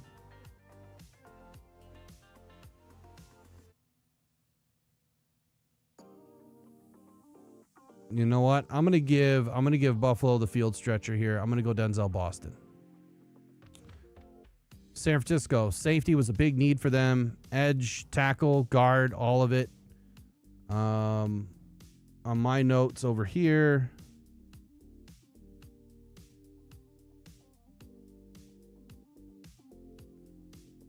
so San Francisco still reads like a front first team to me, and I think that the need and the board kind of back each other up here. I think the edge and defensive line are probably at the top of their mind. And that feels right for a roster that has always looked at its best when the front can really dictate the terms in the trenches. So maybe they go offensive line here and they go Caleb Lomu or Blake Miller. I think that makes a ton of sense. But I also feel like they could probably go interior defensive line. Edge, maybe they like Cassius Howell. Maybe they want the guy that's just tenacious. That's Cassius Howell for sure. For sure.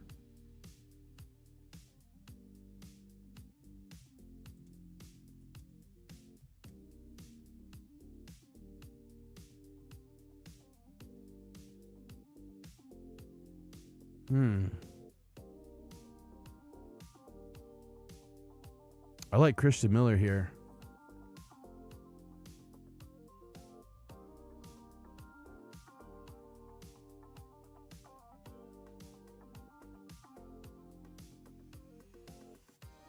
All right, I got to peek at one thing. I want to try to get this one right.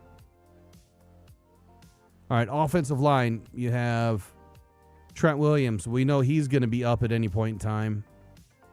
You have Connor Colby, 7th round pick last year. Not very good, right? Dominic Pooney, still love that pick. Colton McKivitz. It's got to be offensive line, man. Has to be. If Blake Miller's still on the board, I think that it makes a lot of sense. Either way, I think it's going to be an offensive lineman. Texans. Texans.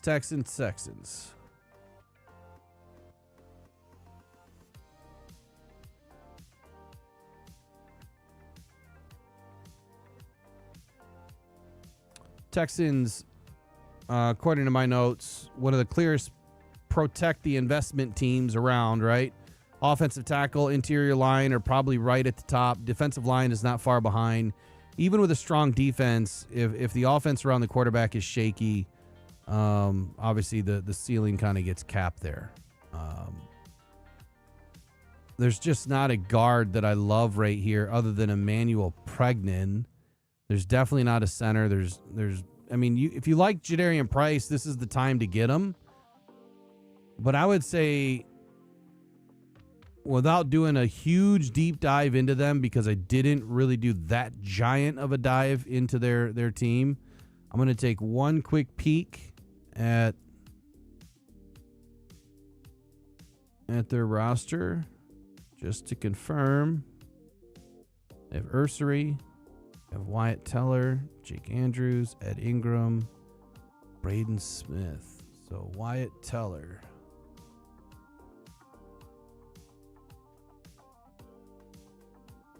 Man, I'm going to be turning right around here in less than 30 minutes and jumping right back on. Wyatt Teller's been okay. Ed Ingram.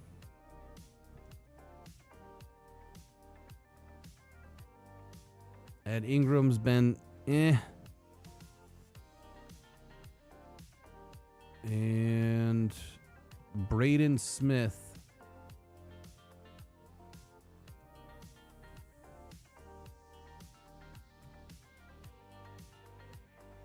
He's been solid. So if you're going to upgrade, it's left guard or it's right guard.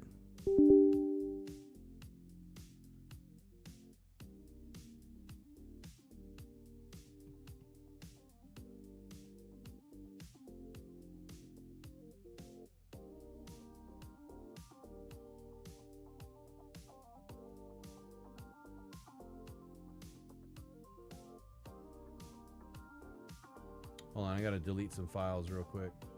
Apparently I'm using too much. There we go. All good now. I'm gonna pull a shocker here. Look, I think Emmanuel Pregnan could probably step up, even though I didn't have him in my top 36. I think that Christian Miller could step up. I think Peter Woods could go. I think TJ Parker could go. I think all these players could go. All these guys make a ton of sense, but I'm going to pull the shocker, and I'm going to do something that I didn't plan on doing. I'm going to go Emmanuel Pregnan here to the Texans.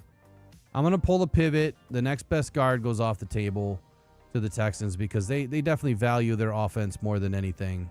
Their defense is pretty stout, and that's a pretty tough defense already. I think that they're going to go offense in that first pick. Kansas City back on the board at pick 29. In the first pick, I gave him Ruben Bain. The second pick, they definitely need a DB here. And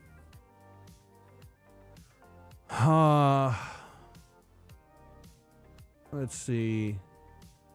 I really love Colton Hood, man. I hope he becomes a Lion somehow, but it's not likely. I'm not big on Avion Terrell. Haven't been this whole time. I think the Colton Hood is going to go to Kansas City. For the Dolphins.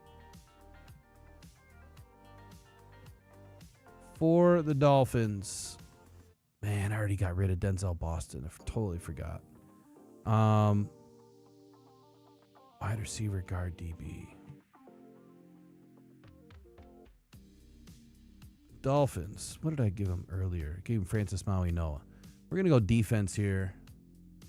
And we just had one corner go off the board. I think we could get the other corner to go off the board here. If there's not a receiver that they love,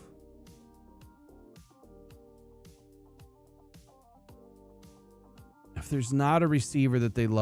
think that this is where you could potentially see Avion Terrell go, or you could see Dramad McCoy go right here. The question is, are they going to be worried about the knee or not? This one stings. This one stings because I really want to throw Terrell in there. I really want to do it. But I'm going to go outside the box and we're going to scan down for Chris Johnson. And he becomes a Dolphin. At pick 31, the New England Patriots probably need a receiver. Who else do they need? Edge. And probably offensive line. So it's like, take your pick. Edge, defensive line, offense. Where did they have the most trouble last year? Probably defense. They couldn't win a Super Bowl last year because of their defense. I don't see a linebacker right now. According to PFF, they're saying linebacker, defensive line, and tackle. I don't see that at all. What I see for the Patriots would be interior offensive line, offensive tackle, tight end, then edge, then linebacker, then defensive line, and then cornerback. So I have defensive line and cornerback and linebacker is the last 2 out of 3. Tackle does make some sense here. And honestly, like, hey, kick Will Campbell back inside where he belongs. And I think you solve the biggest problem. Right? Put him back inside. Make him a mauler, man. You put him in as a guard, and he's going to be unstoppable. So, honestly, just leave him where he is, please. The only tackle that I guess would make sense would be Morgan Moses.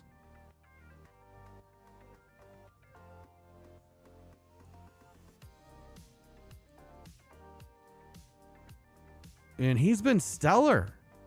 So I don't see him replacing Will Campbell. I don't think that they're going to pull the plug on the guy. They have Vera Tucker, and then they have Mike Owenu. So I think that interior offensive line would make more sense first, but I'm not going to go there. I think that, they have Romeo Doubs. He's okay. I mean, he's good when he plays well, but he's got to play well. Mac Hollins is good. Keyshawn Boot. I'd probably go receiver here if there's a receiver that you like. I just don't know, outside of KC Concepcion. Who's the next real receiver here? Is it Chris Bell? Could be.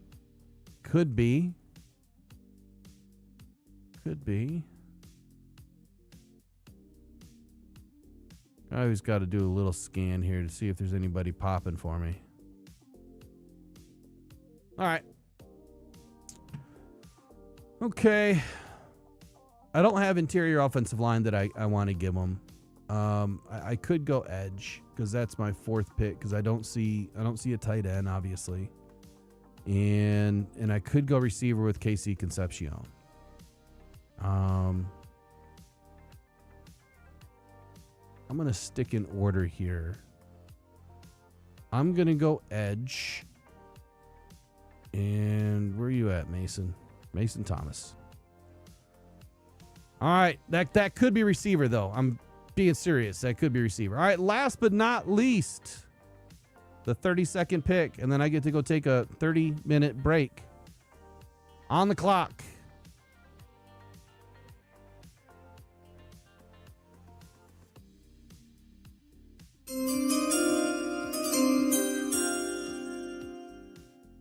For the Seattle Seahawks. They are probably going to be trading out of their pick. I really firmly believe that. I do not expect for them to stay at 32. I think that, moving back makes a ton of sense. Someone's going to pop up right here and get Ty Simpson at 32. And no, it better not be the Lions. I don't know who said that earlier today, but it just will not stop rattling around in my head. That would just, I would be furious if something like that happened. According to my notes, though, for the Seahawks, Seattle closes the round looking exactly like a champion should look. Not searching for a savior, but searching for another winning piece. Corner and interior offensive line probably stand out first to me, and that makes sense for a team that's trying to preserve the balance, the athleticism, and the physicality without major emergency holes. Now, running back is also a very real situation, which tells you that they're probably thinking offensive identity maintenance too. Jadarian Price makes a ton of sense. Jermod McCoy could finally get his name called. Avion Terrell. I don't know if anyone has put Avion Terrell in the first round. I don't know if anyone has. I haven't looked at everybody's mocks, so I don't know. But Jadarian Price makes a lot of sense. If Jermod McCoy's knee wasn't what it is, he would make a ton of sense a long time ago.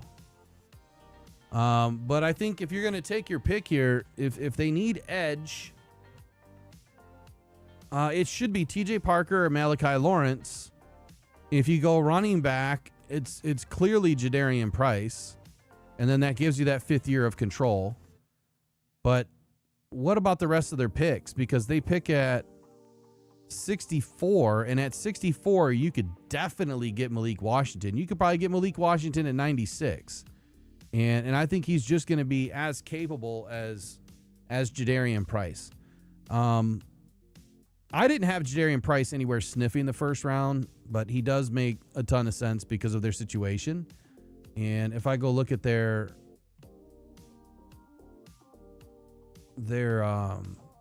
roster real quick,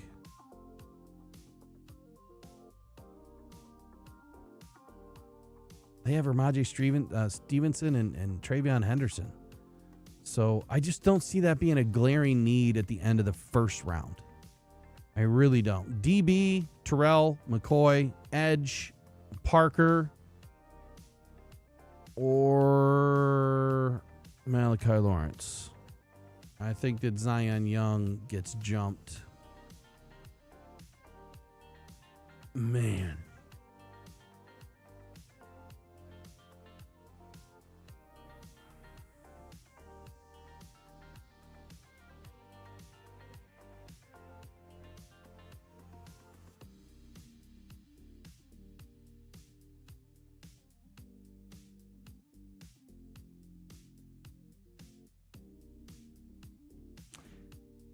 I don't know if Seattle would do this, but do I dare put Jermod McCoy in the first round?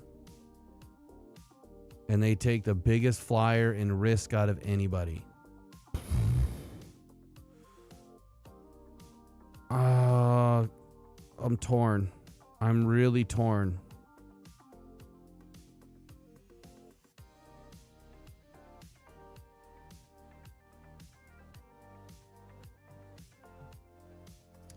I'm really torn here. All right, I'm gonna roll with. I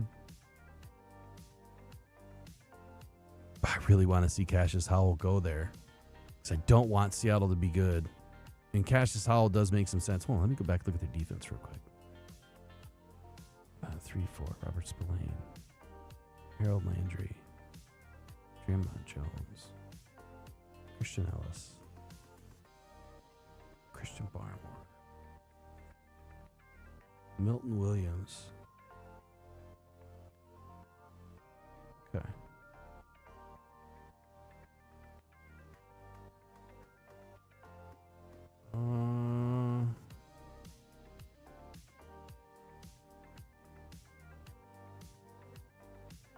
Corey Durden. Sorry, I gotta look up one thing here. This took like 45 minutes, way too long. All right, I'm gonna do something nuts. This is not what I planned on. Of course, I didn't plan really on anything for this pick, but I think they want to upgrade the interior of their defense, and we're gonna go Christian Miller. That's it. That's my first round. I'll do all the trade back, trade talk, all that stuff during the first hour or so of the show, leading up to the draft. I'm probably going to get started closer to 7 than I will 6:30. So just hang around if you're in for that. I appreciate you guys. Let me save it, and then I got to go upload it into my pick pool. And this is the one that I'm going to submit. So we'll see you guys here in a little bit. Appreciate y'all. We'll see you guys here in just a little while. The draft, man, we gonna do it. The Lions are gonna piss everybody off. I'm just kidding. Lions are gonna do something great tonight. We'll see you guys here in a little bit.